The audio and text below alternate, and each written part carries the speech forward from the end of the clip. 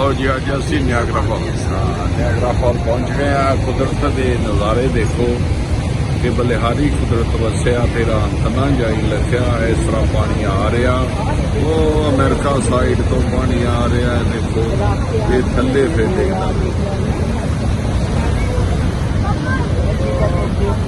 ਇਸ ਜਗ੍ਹਾ ਦੇ ਉੱਤੇ ਦੂਰੋਂ ਦੂਰੋਂ ਦੁਨੀਆ ਦੇਖਣ ਆਉਂਦੀ ਆ। ਲੋਕ ਫਾਲ ਦੇਖ ਰਹੇ ਨੇ।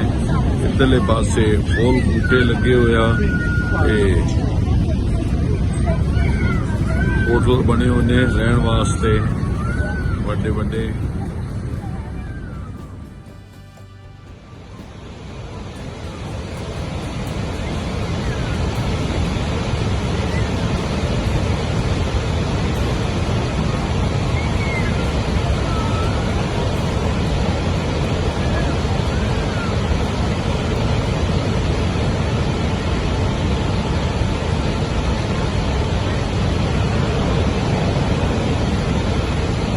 ਅਮਰੀਕਨ ਆ ਜੀ, ਦੋ ਹਿੱਸਿਆਂ 'ਚ ਵੰਡਿਆ ਹੋਇਆ ਅਮਰੀਕਨ ਐਂਡ ਕੈਨੇਡਾ।